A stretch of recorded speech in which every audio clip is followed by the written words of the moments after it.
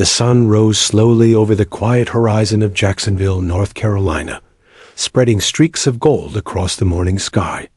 The small coastal town was alive with the hum of excitement.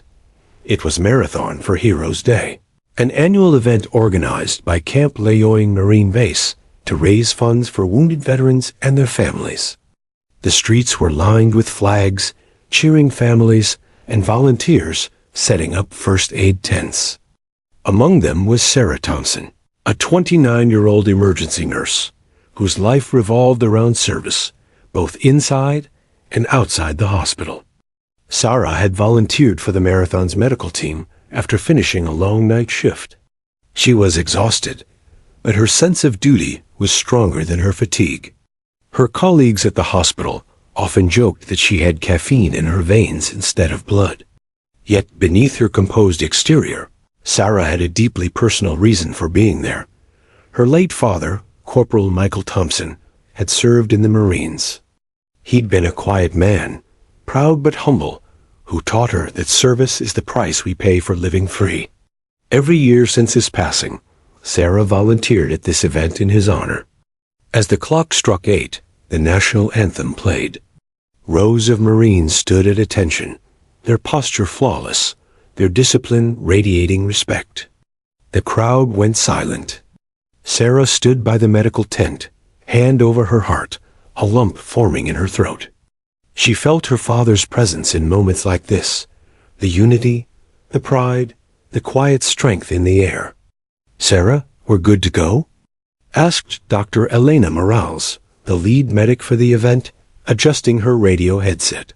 "All set," Sarah replied, checking her equipment. "Defibrillator, oxygen kit, medical bag. Let's hope we don't need any of it." Dr. Morales smiled. "At events like this, you always hope for boring." Sarah nodded. "Yeah, boring would be nice." As the marathon began, the sound of sneakers hitting pavement filled the air. The runners, a mix of Marines, veterans, and civilians, surged forward. Music played from loudspeakers. Children waved tiny flags. It was a day of hope, energy, and remembrance. Sarah moved between checkpoints, offering water and checking vitals on runners who looked overheated. Everything felt peaceful until it wasn't. About an hour into the race, the calm shattered. A commotion erupted near the finish line. A scream, sharp and panicked, sliced through the air. "Medic! Medic! We need help!" Someone shouted. Sarah didn't think. She moved. Her heart jumped as she sprinted toward the sound, her medical bag slamming against her hip. The crowd parted like a wave, revealing a man lying on the ground, face pale, lips turning blue, body motionless. It was Sergeant Daniel Miller. He was in his mid-30s, tall and broad-shouldered, his race bib crumpled beneath him. People knelt around him, shouting his name, shaking his arm, but he didn't move. Sarah dropped to her knees beside him and placed her fingers on his neck. No pulse. Her stomach clenched. Cardiac arrest. She yelled, "I need an AED now. Someone call 911. The Marines around her, men who had faced bullets and explosions, stood frozen, unsure how to react in this sudden, civilian emergency. Sarah didn't wait. She pressed her palms to Daniel's chest and began CPR. 1, 2, 3, 4. She counted aloud, her voice steady, commanding. Each compression was strong, deliberate, driven by sheer determination. "Come on," she whispered through clenched teeth. "Stay with me, Marine." The world around her blurred. The roar of the crowd faded into a distant hum. All she could hear was the faint thud of her hands hitting his chest and the quiet voice in her head repeating, "Don't stop. Don't you dare stop." A young Marine, trembling, rushed over with an AED, an automated defibrillator. Sarah grabbed it, tore open Daniel's shirt, and placed the pads on his chest. The machine's voice broke the tension, analyzing rhythm. "Do not touch the patient. Shock advised." "Clear," Sarah shouted, pressing the button. Daniel's body jerked, his chest rising and falling. For a second, everyone held their breath. Nothing. Sarah's throat tightened, but she didn't stop. "Resume compressions," she muttered, starting again. Her arms burned. Her knees dug into the pavement, but she pushed harder. Sweat dripped from her forehead, splashing onto the asphalt. "Come on, come on," she whispered. "You've fought worse battles. Don't you quit on me." The AD beeped again. Analyzing rhythm. Shock advised. Another shock. Another jolt. Still no pulse. The Marines exchanged worried looks. Some began to pray quietly. Sarah's breaths grew ragged, but she kept going. Then, on the fourth shock, the monitor flickered. A weak but steady beeping filled the air. A heartbeat. "He's back," she gasped. "We have a pulse." Cheers erupted. Someone yelled into the radio for the ambulance. Others clapped her on the shoulder. But Sarah barely heard them. She sat back, shaking, watching the rise and fall of Daniel's chest, making sure it was real. Her vision swam. The adrenaline that had carried her began to fade. Dr. Morales rushed to her side. "Sarah, are you okay?" "Sit down." "I'm fine," Sarah mumbled, her lips pale. "Just need." Her voice trailed off. The edges of her vision darkened. "Sarah?" Dr. Morales said urgently, but before she could reach her, Sarah's body went limp. She collapsed beside Daniel, a man she had just saved. The crowd gasped. 2 paramedics rushed forward, catching her before she hit the ground. Dr. Morales checked her pulse. It was racing but strong. "She's dehydrated and overheated," she said quickly. "Get her to the ambulance now." As they lifted Sarah onto a stretcher, the Marines surrounding the scene stood silently, their eyes filled with awe. The same men who had carried brothers through war zones now watched a young nurse carried away, unconscious, because she'd refused to let one of them die. Sergeant Daniel Miller, barely conscious himself, opened his eyes for a brief second as the ambulance doors closed. His gaze followed Sarah's stretcher, his lips moving weakly, whispering something no one could hear. But Dr. Morales caught it, a single word, faint but clear. "Angel." That evening, as the sun set behind the base, the story began to spread like wildfire. Marines who had witnessed it couldn't stop talking. A civilian nurse had thrown herself into the chaos, refused to quit, and collapsed after saving one of their own. In their world of strict ranks and unspoken codes, such courage from someone outside their brotherhood was rare. And so, a plan quietly began to form within Camp Lejeune, a way to honor her sacrifice, her strength, and her heart. But Sarah knew none of this. She lay in a hospital bed, unconscious, her body drained, but her spirit unbroken. Tomorrow, when she opened her eyes, the world would no longer see her as just a nurse. She would awaken to something extraordinary, 800 Marines standing at attention. The faint hum of machines filled the hospital room. Sarah Thompson stirred, her lashes fluttering against her pale cheeks. For a moment, she couldn't remember where she was. The sterile smell, the rhythmic beep of a monitor, the cool sheet tucked under her chin. Then it all came rushing back. The marathon, the Marine, the desperate fight for a heartbeat. Her chest tightened. Did he survive? Before she could sit up, the door opened. Dr. Elena Morales entered with a warm but tired smile. "Hey, hero," she said softly. "Welcome back to the land of the living." Sarah blinked. "How long was I out?" "About 5 hours," Morales replied, setting a chart down. "You were severely dehydrated and exhausted. You pushed your body past its limit out there." Sarah tried to sit, but Morales gently pressed her shoulder back. "Easy. You earned a little rest.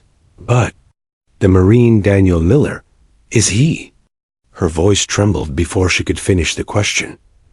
Dr. Morale's lips curled into a smile. Alive, because of you. His heart stopped for nearly 7 minutes, Sarah.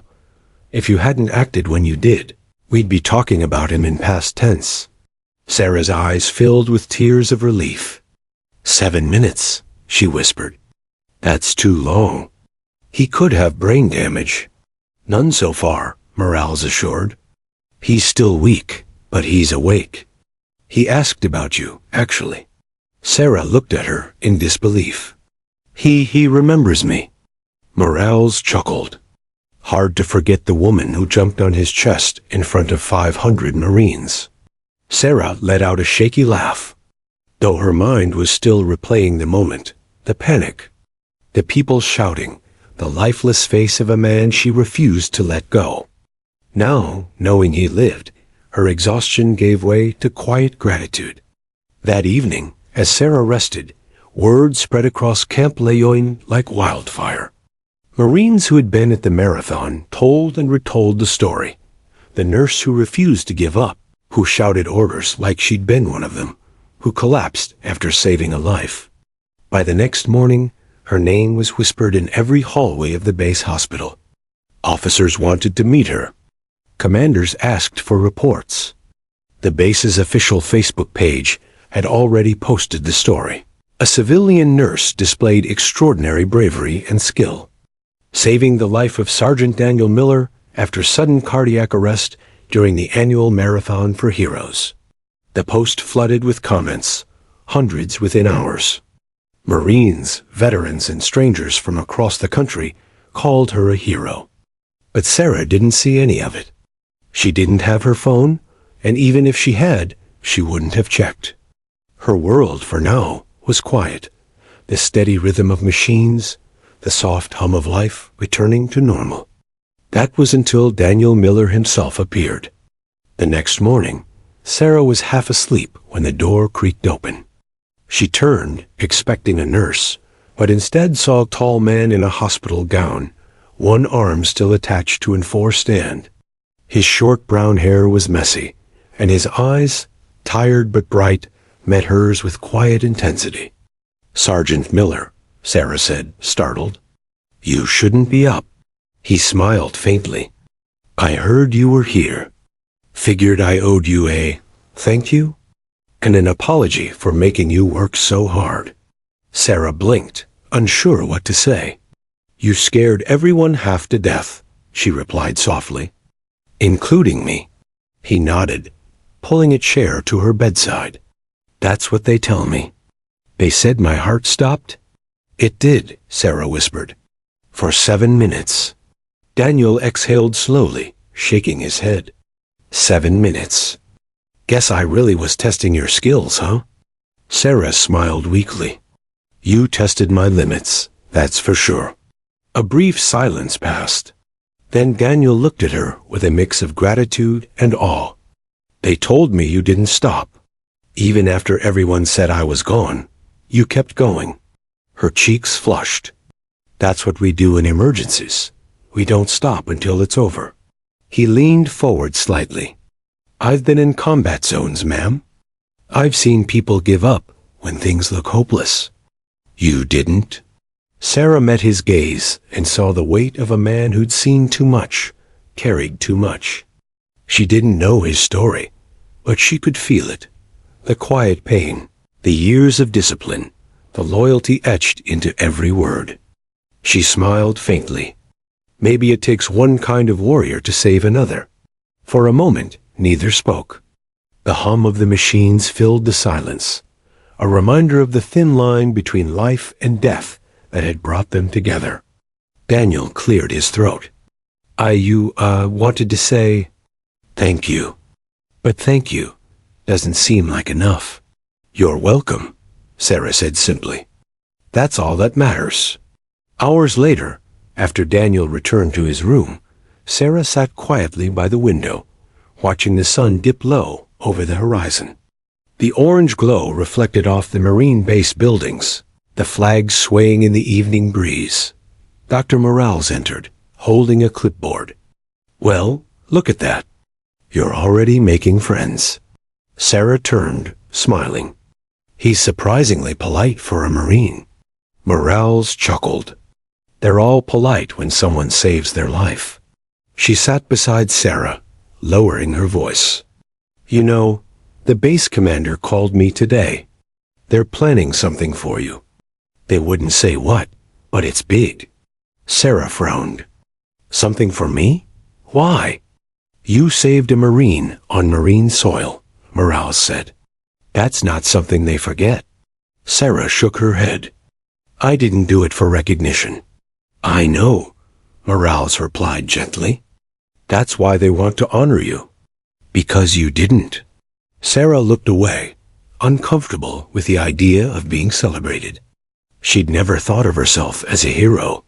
Heroes were the ones in uniform, the ones who stood at attention during ceremonies, who sacrificed everything. She was just a nurse, someone who followed training and instinct when it mattered most. But deep down, she felt something shift, not pride, exactly, but connection. She had touched their world for a brief, fragile moment, and they had touched hers. Later that night, as she drifted into sleep, her mind replayed fragments of the day, Daniel's weak smile, Morales's words, the promise of something big. She didn't know what to expect, but a strange anticipation filled her chest. Outside her window, the base was quiet, lights glowing across the fields. A convoy of Marines returned from training, their silhouettes marching in rhythm under the moonlight. There was a certain peace in their movement, unity, discipline, belonging. Sarah had grown up watching her father move like that, each step measured and proud. She'd lost him to a heart attack when she was 16. Maybe that's why she fought so hard for Daniel, because in that desperate moment, she saw her father's face in his. She couldn't let another Marine's heart stop if she could prevent it. As she closed her eyes, a soft tear slipped down her cheek. Somewhere inside, she whispered, I hope you're proud of me, Dad. At dawn, the hospital corridors buzzed with quiet excitement. Marines were everywhere, officers, nurses, photographers. Something was happening. Sarah, still unaware, sipped her morning coffee when Dr. Morales entered with a grin that gave everything away. Time to get dressed, Morales said. You've been invited back to Camp Leoing today. Sarah blinked. What for? Morales just smiled. You'll see. But I'll tell you this. It's not every day a civilian nurse gets saluted by the Marine Corps. Sarah laughed, shaking her head. You're joking. I never joke about Marines, Morales replied, her voice proud. Sarah didn't know it yet, but within 24 hours, she would step into the sunlight and face 800 Marines standing at attention. And among them, Sergeant Daniel Miller, the man whose heartbeat she had fought to bring back. The day of the marathon still haunted Sarah Thompson like a half-remembered nightmare. Sharp flashes of sound, motion, and desperate hope. Each time she closed her eyes, she could still see Sergeant Daniel Miller's lifeless face staring up at the sky, his body still, his heart silent. Even now, lying in the hospital bed, the memory replayed in her mind, like a movie she couldn't stop. Thud, thud. The sound of her palms pressing against his chest echoed in her ears. Steady, rhythmic, merciless. Her muscles had screamed in pain, but she had refused to stop. Every compression felt like a battle between life and death. That morning had started perfectly. The sun was warm, the crowd buzzing, the air thick with energy. Sarah remembered laughing with Dr. Morales about how calm everything seemed. But within minutes, that peace shattered. She had seen the man collapse from the corner of her eye, one moment running strong, the next crumpled to the ground like his strings had been cut. Instinct took over before thought could. She'd grabbed her medical bag and sprinted across the field. The crowd had already gathered when she pushed through. People shouted, voices overlapping. He's not breathing. Somebody do something. Sarah dropped to her knees beside him. Her training kicked in with mechanical precision. Check pulse. Check airway. Start compressions. She could still hear herself shouting, "Get me an AED. Hurry." A young Marine had frozen beside her, his hands trembling as he held the small defibrillator. "Ma'am, open it," she yelled, her voice sharp, commanding. "Now!" The world had blurred to only two things, her hands and his chest. Her fingers found the exact spot between the ribs. She pressed hard, her elbows locked, her shoulders above her hands. 1, 2, 3, 4. She counted under her breath. The crowd's panic faded. The world became a rhythm, pressure, release, breath. He's someone's son, she thought. Someone's husband, someone's father. You don't get to stop. By the time the AD was ready, her arms were trembling. Sweat dripped from her forehead into her eyes, but she ignored it. She peeled off his shirt, exposing the Marine insignia tattooed over his heart. Faded, old, but proud. She placed the pads on his chest, one below the collarbone, one on his ribs. Analyzing rhythm, the AED announced in its robotic tone, "Do not touch the patient." The voice that followed made her heart skip. Shock advised. Sarah looked up. Everyone clear. The crowd stepped back, eyes wide. Sarah pressed the button. Daniel's body jerked violently, and then silence. Nothing. His chest didn't rise. His pulse was gone. The monitor flatlined. Her hands clenched into fists. No, she thought. Not yet. She went back to compressions, counting out loud. "Come on, stay with me. Don't you dare give up." Her voice broke, but she didn't stop. Marines stood frozen in disbelief, a civilian woman kneeling in the dust, fighting harder than anyone to save one of their brothers. Dr. Morales arrived seconds later, shouting instructions.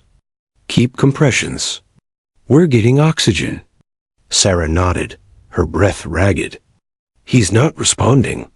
"Then make him," Morales said, voice fierce. "You're doing great, Sarah. Keep going." The AED spoke again. Analyzing rhythm. Shock advised. Another shock. Another jolt.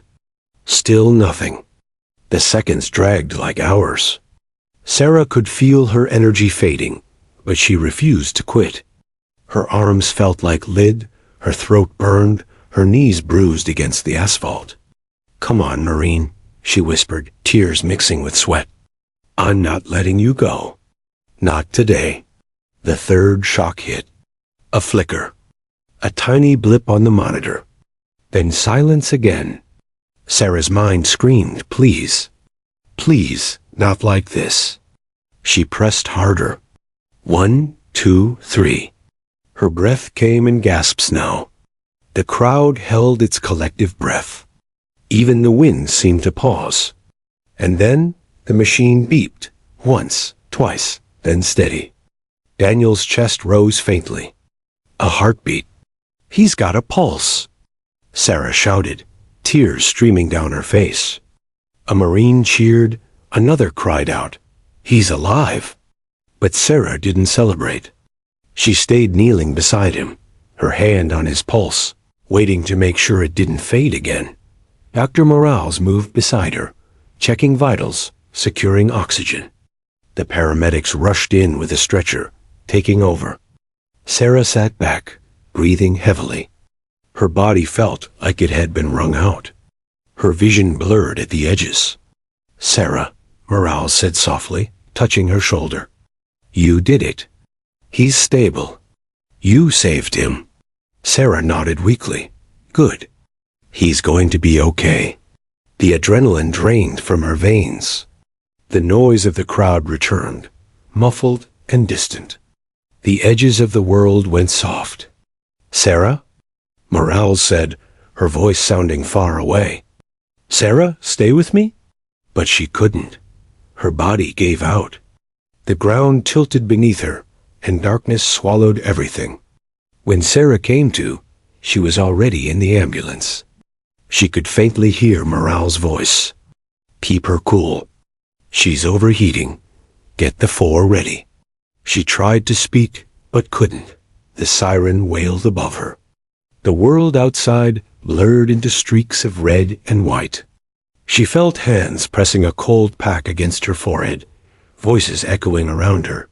"She saved him," someone said. She didn't stop until his heart started again. "Yeah," another voice murmured. Then hers nearly did. Hours later, at the hospital, the story began to spread. Marines who had witnessed couldn't stop talking about the young nurse, who had commanded the scene like she belonged there, the one who'd shouted at them to clear, who'd refused to quit. By that evening, it had reached the base commander's office. Reports came in. Witnesses gave statements. Videos from spectators' phones surfaced, showing the exact moment Sarah revived the Marine. One clip showed her pressing her hands on Daniel's chest, shouting, "Don't you give up on me," right before the beeping began. That video spread through every Marine group chat within hours. To the men and women in uniform, it wasn't just a rescue. It was a battle fought with bare hands and heart. Back in the hospital, Sarah was stable but unconscious, her 4 dripping slowly beside her bed.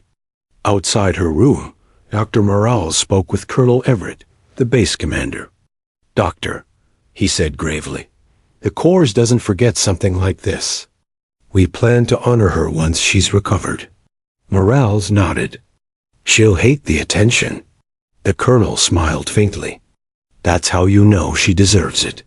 He glanced through the window, watching Sarah sleep. "That nurse saved one of ours. The least we can do is show her what that means." The next morning, Sarah awoke to soft sunlight. Her first thought was Daniel. She turned her head and gasped. In the chair beside her bed sat Sergeant Daniel Miller, awake, bandaged, smiling weakly. His hand rested over his chest, where the defibrillator pads had burned his skin. "Hey there," he said quietly. "Heard I owe you my life." Sarah blinked in surprise, her throat tightening. "You scared the life out of me," she whispered. "You weren't supposed to die on me." He chuckled softly. "Guess I'm too stubborn for that." They both laughed, though tears glistened in their eyes. Neither of them realized it yet. This moment between nurse and Marine would mark the start of something far greater.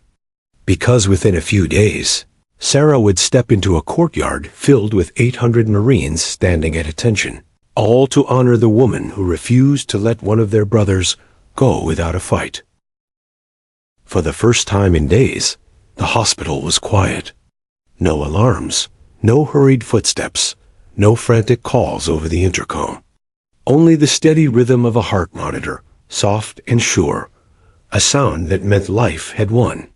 Sarah Thompson lay there, eyes half open, her body sore, but her spirit strangely calm. The events of that day still replayed in fragments. The heat of the sun, the crowd screaming, her hands pressing down again and again. And then, nothing. Now, all that remained was the echo of it. A gentle knock at the door broke the stillness. Dr. Morale stepped in, holding a clipboard and a tired smile. "Morning, hero." Sarah groaned softly. "Please don't start calling me that." "You saved a man's life," Morales replied, "and nearly lost your own doing it." "I think that qualifies." Sarah smiled faintly. "I was just doing my job." "That's the thing," Morales said, sitting by her bed. "You weren't on duty. You were off the clock. You could have waited for medics. But you didn't. You ran toward it." Sarah looked down, fidgeting with the edge of her blanket. "I didn't think. I just acted." Morales tilted her head, eyes soft. "And that's what makes it remarkable." Later that morning, a soft knock came again, this time more hesitant. When Sarah looked up, she saw Sergeant Daniel Miller standing in the doorway. He was pale but alive, his arm in a sling, his hospital gown hanging awkwardly on his broad frame. There was something in his eyes, gratitude mixed with disbelief. "Permission to enter, ma'am?" he asked playfully. Sarah chuckled. "Only if you sit down before you pass out again." He smiled and stepped in, pulling up a chair beside her bed. For a moment, neither spoke. The silence between them was comfortable, filled with things neither knew how to say. Finally, Daniel broke it. "I watched the video," he said quietly. "One of the guys filmed the whole thing. You didn't stop, even when they told you it was too late." Sarah winced.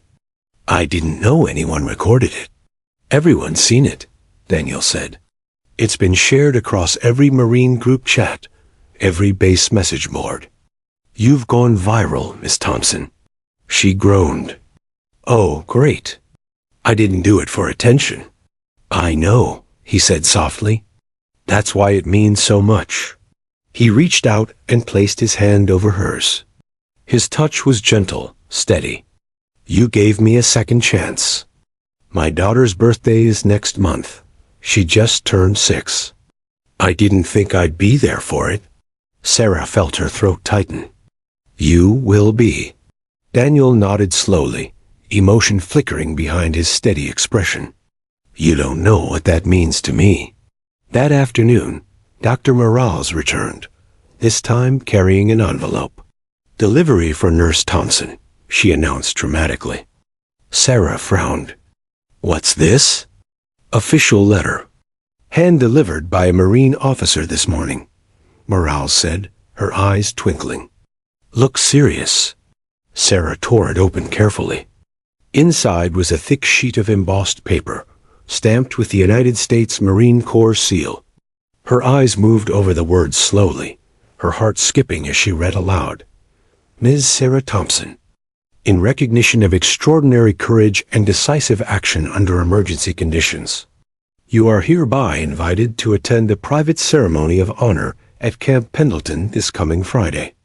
On behalf of every Marine, thank you for bringing one of our own home. Colonel James Everett, Commanding Officer, 3rd Battalion." Sarah's hands trembled slightly. "They're inviting me to the base?" Morales smiled. "Looks like they're planning something special." "I don't need a ceremony," Sarah protested. "I was just doing your job," Morales interrupted. "Yes, we've established that. But they want to thank you their way." Sarah sighed. "I'm not great with attention." Morales grinned. "Too bad. You're going." The next few days blurred together. Physical therapy, rest, and short walks down the hospital corridors.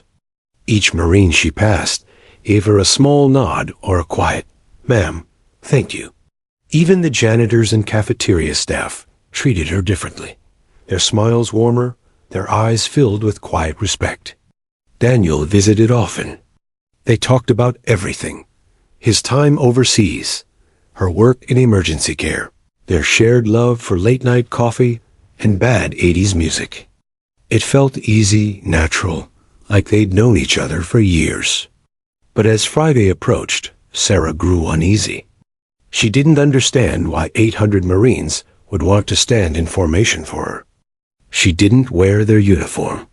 She hadn't gone to war. She'd simply followed her oath to preserve life whenever possible. And yet, deep down, she felt something stirring, a sense of connection she hadn't expected. Friday morning came bright and clear. The sky stretched wide and cloudless over Camp Pendleton. A car sent by the base arrived at the hospital entrance. A young lieutenant stepped out and opened the door for her. "Miss Thompson, ma'am," he said, his posture crisp. "It's an honor to escort you."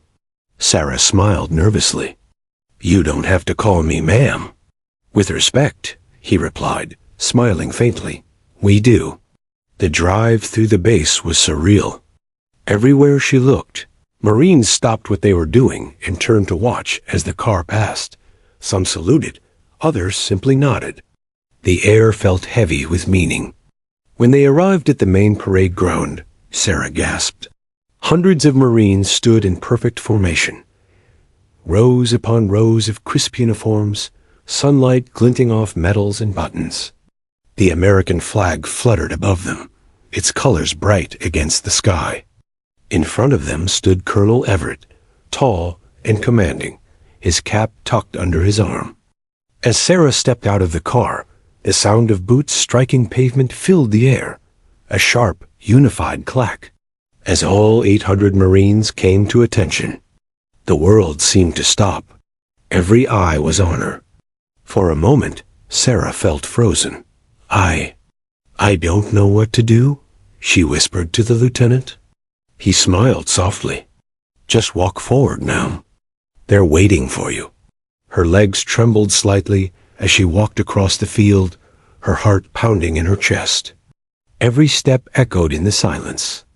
When she reached the front, Colonel Everett saluted her. She blinked in surprise, instinctively half raising her hand. "Ms. Thompson," he said, his voice carrying across the field, "on behalf of the United States Marine Corps, we honor you today not because of what you are, but because of who you are. You are not a Marine, but you carry the same spirit that defines us all: courage, sacrifice, and an unbreakable will to protect life." He paused, his gaze steady.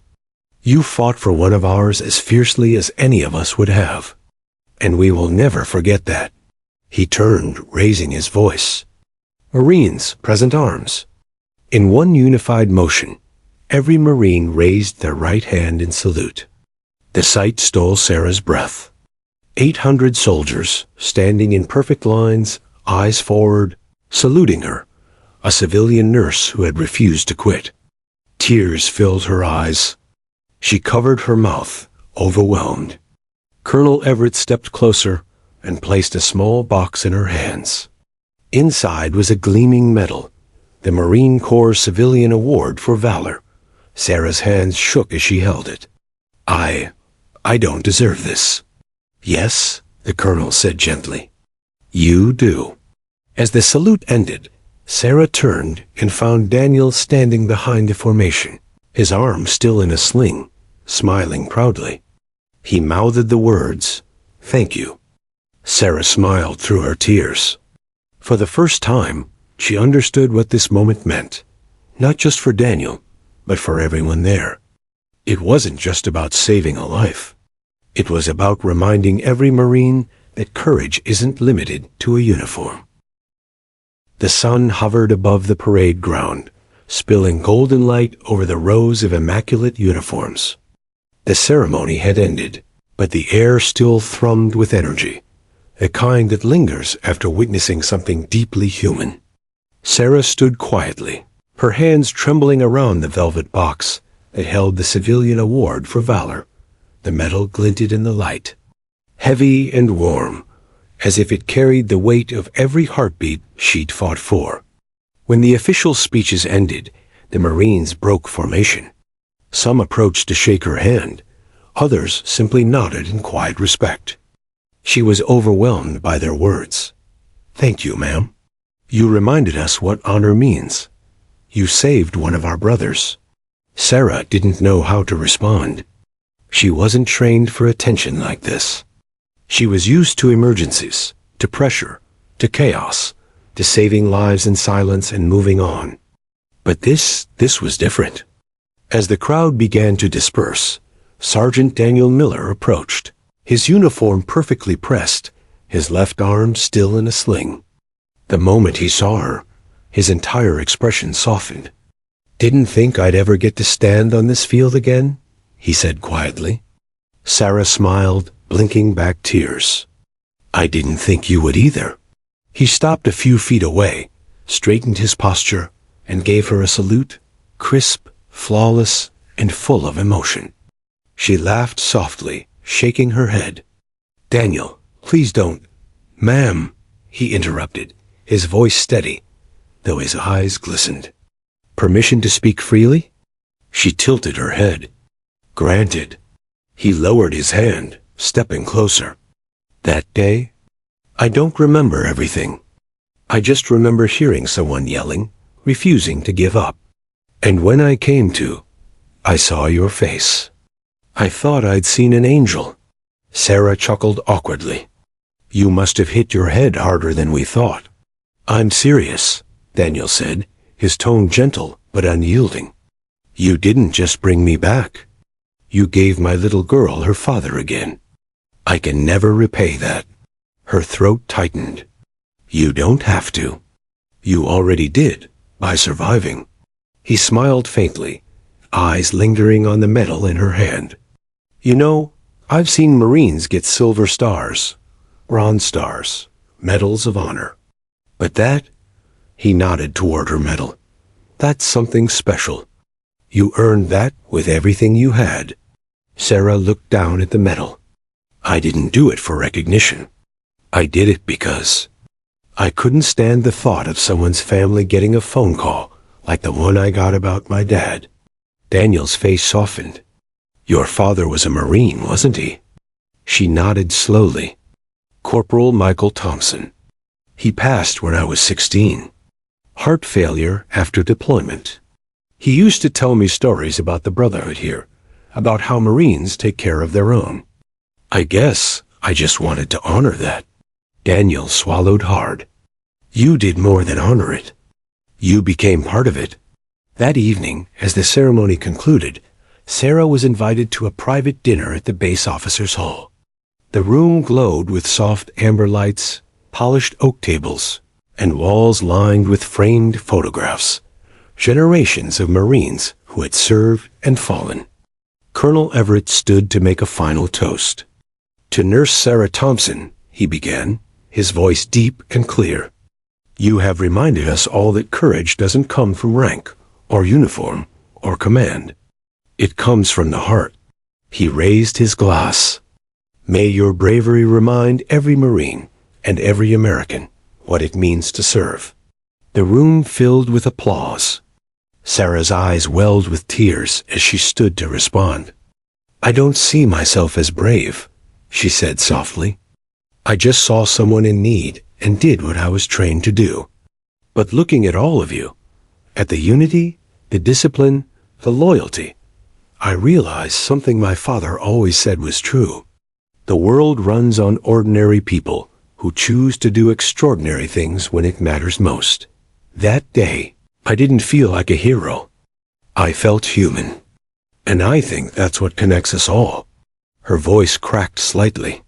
Thank you for letting me be part of your family. The applause that followed was thunderous. After the dinner, Daniel found her standing outside on the balcony overlooking the base. The night was quiet, the stars scattered across a dark Carolina sky. You really don't like being called a hero, do you? He said with a teasing smile. Not really, she replied, leaning against the railing. I just want to go back to my patients, my night shifts, and my terrible hospital coffee. He chuckled. And yet, somehow, I don't think life's going to let you go back to normal that easily. She sighed, glancing down at the medal in her hand. You might be right. Daniel hesitated, then reached into his pocket and pulled out a small dog tag. It was old and worn, the letters faded, but still legible. This was my brother's, he said. He didn't make it back from Afghanistan. I've carried it every day since. But after what you did, I think he'd want you to have it. Sarah shook her head instantly. Daniel, I can't. He pressed it gently into her palm. You didn't just save me. You honored him too. Tears filled her eyes. She closed her fingers around the tag, feeling the cool metal against her skin. Thank you. I'll keep it safe. He smiled softly. That's all I ask? As the evening faded, Sarah realized something had shifted inside her. The exhaustion, the pain, the doubts, they were still there, but beneath them was a quiet sense of peace. She understood now why her father had loved the Marines so deeply. It wasn't about the battles. It was about the bond, the promise that no one is ever left behind. And though she wasn't a Marine, she had become part of that promise. When she finally returned to her hospital days later, she found a letter waiting in her locker. No name, no sender. Just a simple note written on plain paper. For the nurse who refused to give up. The 3rd Battalion will never forget you. Semper Fidelis. Beneath it were 800 signatures. Sarah pressed the letter to her chest, tears slipping down her cheeks. In that moment, she didn't feel like an outsider anymore. She felt like her father would have been proud. And somewhere, deep down, she knew her life's story had changed forever, not because of a medal or ceremony, but because she had learned the purest truth of all. Real heroes are the ones who never let go, no matter what uniform they wear. For the next few days, Sarah's life shifted from calm obscurity to an overwhelming blur of attention. What had begun as a quiet act of courage at a local marathon had spread across the country like wildfire. A short video clip, shaky, recorded on a Marine's phone, showed everything. Sarah running into the crowd, kneeling beside Sergeant Daniel Miller, performing CPR with relentless determination until his heart restarted, and then collapsing beside him. The clip ended with the unforgettable moment when she awoke in a hospital bed, surrounded by Marines standing at attention. By Monday morning, that video had been viewed over 50 million times. News networks ran headlines like, "Civilian nurse saves Marine's life. Collapses from exhaustion. Hero in scrubs, the woman who refused to quit when the Marines saluted a civilian." Across social media, hashtags exploded.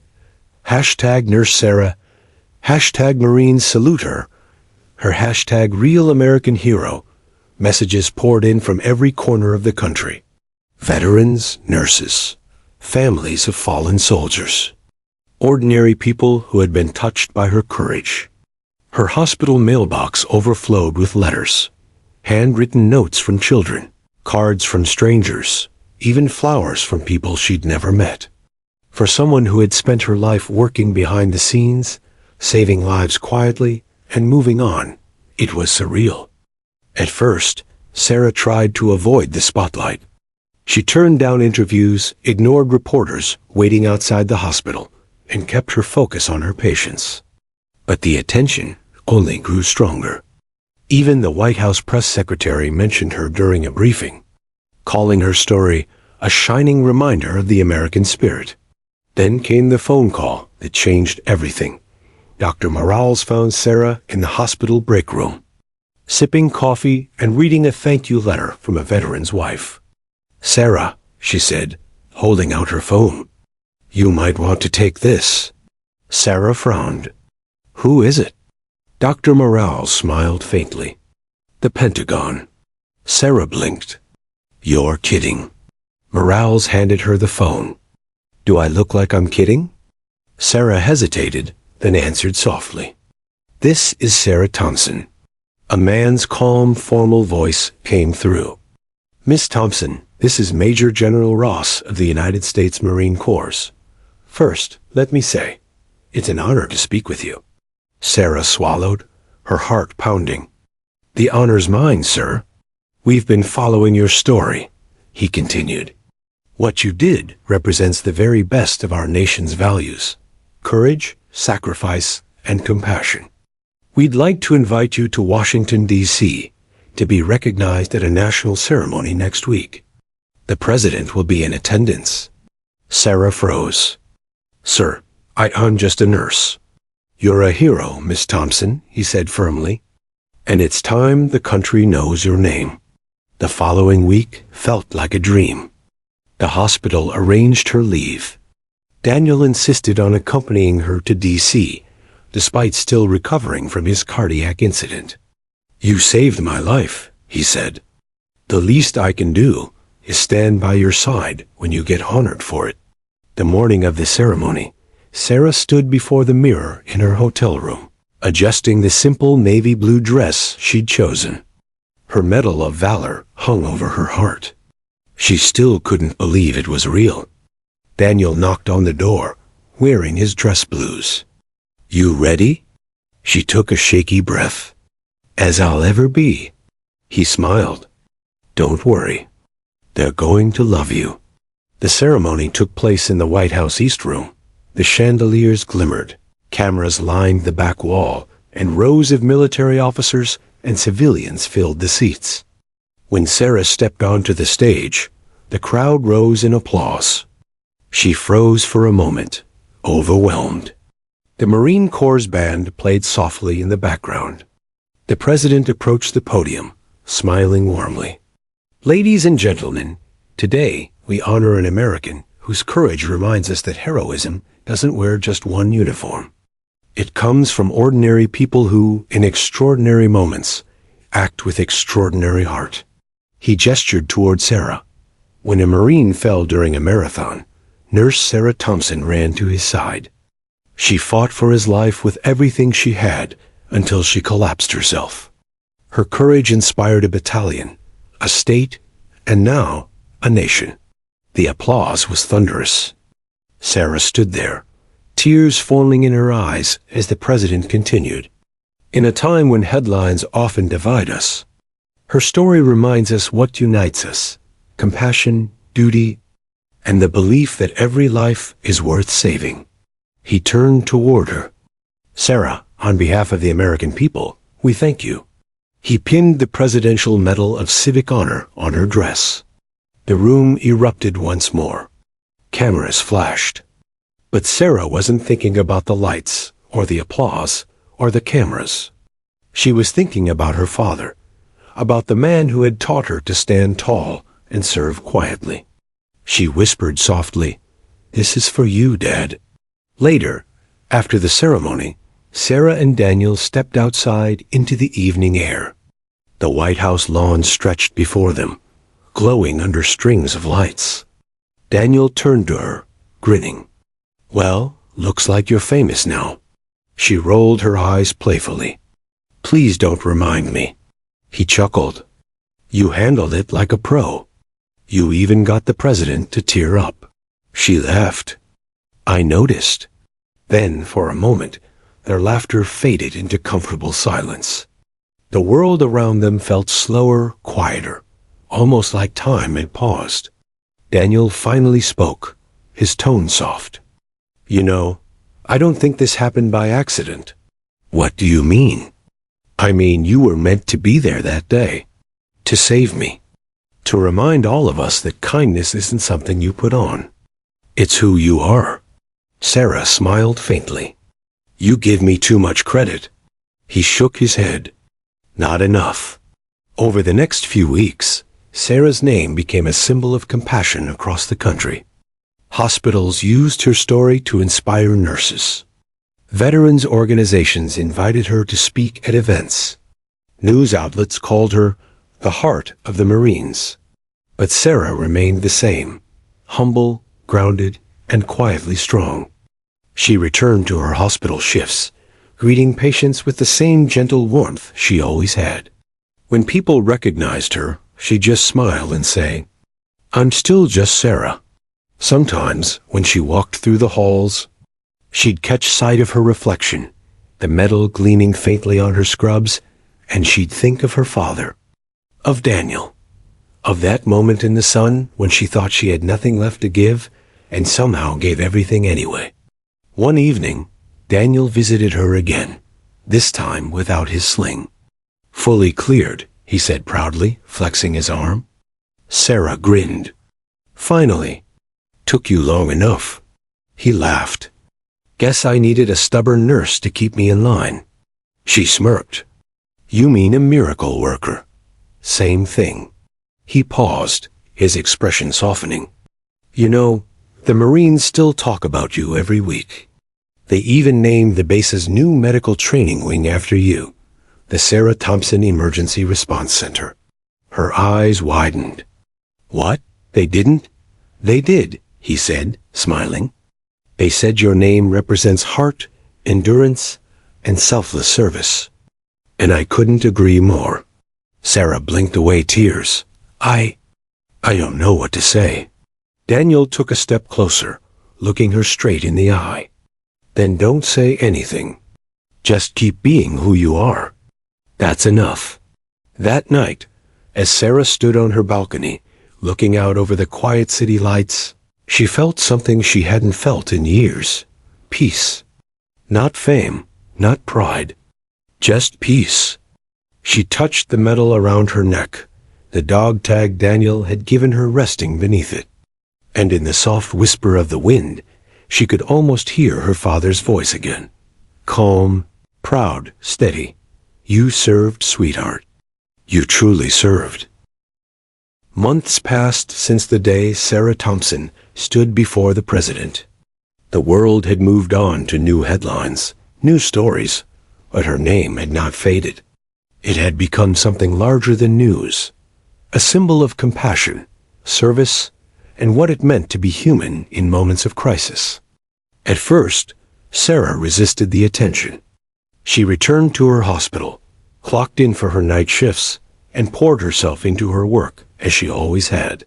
But even in the sterile white halls of the emergency ward, things had changed. Every nurse wanted to meet her.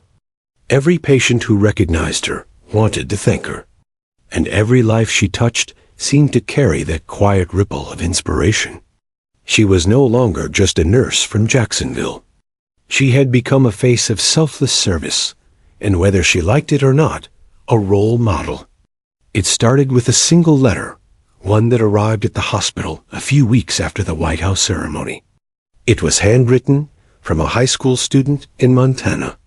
Dear Nurse Sarah, I saw your video and it changed me. My brother's a Marine. I used to think I couldn't be brave like him, but now I know bravery can look different. I'm joining nursing school this fall because of you. Emily's Sarah kept that letter in her locker, pinned above her schedule. Within months, she received hundreds more. Young people from all over the country wrote to say she'd inspired them to join the medical field, to volunteer, to help others. Even internationally, her story reached far corners of the world. Canada, the UK, Japan, even small towns across Africa and the Middle East. Videos and documentaries used her footage as a teaching tool. CNN named her one of the top 10 heroes of the year. Time magazine featured her on the cover with the headline, "The Nurse Who Reminded America to Care." Despite the fame, Sarah tried to keep her life simple. She still lived in her modest apartment, still drove her father's old truck, and still brewed the same bitter coffee every morning before work. But every now and then, she'd wake up to invitations from universities, conferences, and even international humanitarian organizations asking her to speak about courage and compassion. At first, she turned them all down. I'm a nurse, not a speaker, she'd tell Dr. Morales. But Morales, ever the voice of reason, said one day, "You're more than that. Sarah, you've been given a voice that people actually want to hear. Use it, not for fame, but for purpose." And so, reluctantly, she began to travel. Her first speech was at a medical leadership summit in New York. Her palms were sweaty, her voice trembled, and she nearly tripped over her words at first. But when she looked out into the crowd, hundreds of doctors, soldiers, and young medics listening intently, something shifted inside her. She spoke about that day in Jacksonville, not with grandeur, but with honesty. About fear, about exhaustion, about the fragile line between life and death, and about how courage isn't loud. It's quiet persistence in moments when giving up would be easier. By the time she finished, the room was silent, then erupted into a standing ovation. Sarah realized in that moment that her story wasn't hers anymore. It belonged to everyone who had ever felt powerless, but chose to act anyway. Back home in Jacksonville, Daniel had been recovering steadily. His strength had returned, and he'd rejoined his unit, though now he often spoke at schools and veteran events about his near-death experience and the woman who saved him. He and Sarah remained close, texting often, sometimes meeting for coffee when their schedules aligned. There was an unspoken bond between them, a friendship forged in chaos and sealed by gratitude. But as their connection deepened, so did the emotions they both quietly kept buried. One evening, Daniel invited her back to Camp Leoyne for the opening of the new Sarah Thompson Emergency Response Center. She hesitated at first, still uneasy about being the center of attention. But Daniel's voice on the phone was warm and convincing. "Sarah," he said softly, "you need to see what your courage built." The day of the ceremony arrived with a perfect Carolina sky, the kind that painted the clouds gold and made the flag shine brighter. When Sarah drove through the gates, she was greeted by a massive banner that read, "Welcome home, Nurse Sarah." She blinked back tears. Hundreds of Marines lined the walkway, clapping and saluting as she passed. Some held their children on their shoulders, waving small flags. Others simply stood with hands over their hearts. Daniel met her at the front steps, dressed in his Marine blues, his face glowing with pride. "You look like you've seen a ghost," he teased gently. She smiled through tears. "I think I'm seeing something better." He extended his hand. "Come on. There's someone I want you to meet." Inside, the new facility gleamed.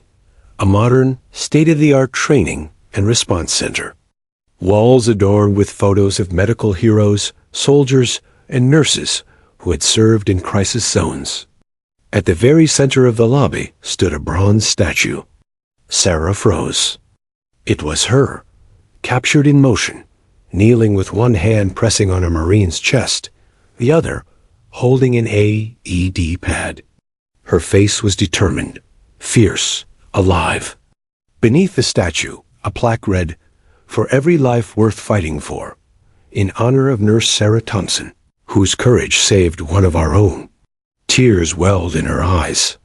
"Daniel, I don't even have words." He smiled, eyes glistening. "You don't need words. You already wrote them in the way you lived." Sarah stood there for a long moment, gazing at the statue, humbled, overwhelmed, and grateful. That evening, a quiet gathering was held outside the center. As the sun dipped below the horizon, hundreds of candles flickered to life. Marines, doctors, nurses, and families stood together in silence as Daniel stepped up to speak. He looked at Sarah, then turned to the crowd. "On that day," he began, "I should have died. My heart stopped. But this woman, she refused to accept that. She fought for me with everything she had. And when she fell, we carried her spirit forward." He paused, his voice thick with emotion. "She showed us what true service looks like, not just to the Marines, but to humanity." Then he turned back to Sarah, his gaze soft. "You gave me back my life, Sarah, but what you didn't realize is, you gave all of us back something we'd lost for a long time: faith." The crowd fell silent, many wiping tears from their eyes. Sarah stepped forward, touched by the sincerity in his voice. She took the microphone, her hands trembling slightly. "I don't think of myself as a hero," she said quietly. "I think of myself as a nurse who was lucky enough to be in the right place at the right time. But what I've learned since then is that courage isn't rare. It's everywhere. In every Marine standing here, in every nurse, every firefighter, every parent, every person who chooses kindness over fear." She looked at the flickering candles, their glow reflected in her eyes. "The world can be dark. But if we all light just one candle, one act of compassion, that's how we keep it bright." The crowd stood in reverent silence. Then, one by one, they began to applaud, softly at first, then louder, until the night echoed with the sound of gratitude. Daniel stepped beside her, his eyes filled with pride. "Semper Fi, Nurse Sarah," he said quietly. She smiled. "Always faithful, Sergeant." That night, as Sarah walked alone down the empty base road, she looked up at the stars scattered across the vast Carolina sky. The world had changed since the day she ran into that marathon crowd, but so had she. She no longer felt like the nurse honoring her father's legacy. She was the legacy now, a living reminder that one act of courage can ignite 1,000 more. In the distance, she could still hear the faint echo of the Marines' salute, the whisper of their boots on pavement. And for the first time, she allowed herself to believe something she'd always resisted. She was a hero, not because of what she did that day, but because she never stopped choosing to care. The early morning sun bathed Jacksonville in golden light as Sarah Thompson walked through the quiet streets near her hospital. Life had returned to a semblance of normalcy, but she knew nothing would ever truly be the same. The medals, the ceremonies, the statues, they had all been surreal. And yet, the quiet moments, the ones away from cameras and applause, carried the deepest meaning. Sarah had spent weeks reading letters from children inspired by her courage, from young nurses emboldened to pursue their dreams, from Marines and veterans who felt renewed hope. She kept each one in a leather-bound journal, flipping through the pages when the world felt overwhelming. That morning, she received a new letter, unusually thick, heavy with weight. No return address, just a child's careful handwriting. Dear Nurse Sarah, my name is Tommy. I am 6. My daddy is in the Marines. You saved him too, even though you didn't know him. I want to be brave like you. Can you please come to my school and tell us how? Love, Tommy. Sarah paused, her hands trembling. She could see his small, earnest face in her mind, eyes wide, hoping, believing. It reminded her of Daniel's little girl. She smiled softly. I guess I have a new mission, she whispered. The next week, Sarah traveled to Tommy's school in a small town near Camp Leoing. The children crowded around her in the gymnasium, buzzing with excitement. Teachers whispered about how calm and poised she was, though inside, she felt the familiar flutter of nerves. Tommy ran forward as soon as he saw her, eyes bright and unwavering. Your nurse, Sarah, he exclaimed. Yes, that's me, she said gently, kneeling to his level. And you are? Tommy, he said proudly. I want to be brave like you. Sarah reached out, taking his small hand in hers. You know, Tommy, bravery doesn't mean not being scared. It means choosing to act even when you are scared. That's what makes heroes. People who try, even when it's hard. He nodded solemnly. I want to try. She smiled, squeezing his hand. Then you already are. The other children gathered closer, eyes wide. Sarah spoke for over an hour, telling stories of the marathon, of Daniel, of the Marine salute, and of her father, who had inspired her to care for others. By the end, the children were silent, absorbing every word. Some whispered to each other, I want to help people too. Sarah realized in that moment that her story had become a living thing, inspiring courage, kindness, and hope in the hearts of the next generation. After the event, Tommy tugged on her sleeve. Can I ask you something? Of course, she said, crouching to his level again. Do you ever get scared? Sarah hesitated. All the time, Tommy, even now. But courage isn't about not being scared. It's about doing what's right anyway. That's what I did for Daniel. That's what you can do for anyone you care about. He smiled shyly. I'm going to remember that. She ruffled his hair. Good, because the world needs people like you. As she walked back to the car, she felt a deep sense of fulfillment she hadn't experienced in months. The letters, the awards, the ceremonies, they were symbols, but this, connecting with a child, passing on what she had learned, this was real. Weeks later, Sarah returned to Jacksonville, where life had returned to its steady rhythm. Her hospital floors were quieter, her patients fewer, but each one mattered more than ever. The world still knew her story, but she had found a new balance, fame and humility intertwined. Daniel called often, sometimes inviting her for coffee, sometimes sharing updates about his unit, always reminding her of the quiet bond between them. Their friendship had deepened into something more subtle and profound: trust, mutual respect, and an unspoken understanding of the life-changing moments they had shared. One evening, as she closed her locker after a long shift, Sarah noticed a small envelope tucked between the pages of her journal.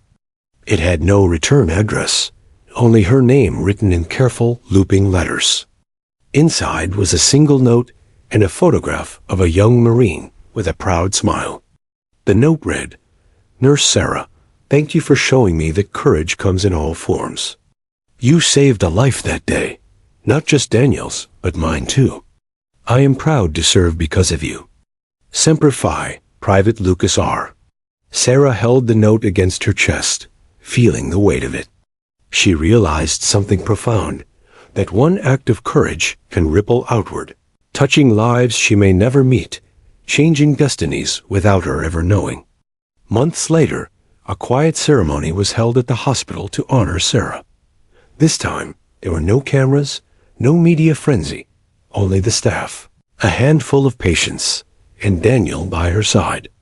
The hospital director presented her with a plaque that read, "To Sarah Thompson, for living courageously, inspiring hope and teaching us all that heroes are not born, but made by the choices they make every day." Sarah accepted it with a soft smile, tears glistening in her eyes. Daniel reached over, holding her hand. "You did more than save lives, Sarah. You changed hearts." She looked around the room, seeing faces she had helped, inspired, or simply comforted. Each one reflected a spark of courage and gratitude. "I just did what I had to," she whispered. "No," Daniel said, shaking his head gently. "You did what needed to be done. That's what makes you extraordinary." That night, Sarah sat by her father's old photo on the bedside table in her apartment. She held the medals, the dog tag, the letters from children, the notes from Marines, all reminders of the life she had lived and the lives she had touched. She finally understood what her father had always meant. True heroism wasn't about medals, recognition, or fame. It was about showing up, about choosing to care when it's hardest, about refusing to give up even when it feels impossible. For the first time in years, Sarah felt truly at peace. Her phone buzzed with a message from Tommy. "We're having a bravery day at school. Everyone wants to hear your story again. Can you come?" Sarah smiled, looking at the medals on her desk. She typed back, "Of course. I'll be there. And we'll talk about how everyone can be brave." As she looked out the window at the city skyline, she realized the truth. Courage wasn't a moment. It wasn't a medal. It wasn't even the act of saving a life. Courage was a ripple, small acts repeated daily that could grow and grow until they changed the world. And Sarah Thompson, the nurse who had collapsed on the marathon track, had started a ripple that would echo for generations. The Marines had stood at attention that day. The nation had celebrated her. Children had been inspired. Lives had been saved, both directly and indirectly. And she, finally, understood that she was not just a witness to heroism. She was its embodiment. Standing tall, her heart full, Sarah whispered to the night, "This is just the beginning."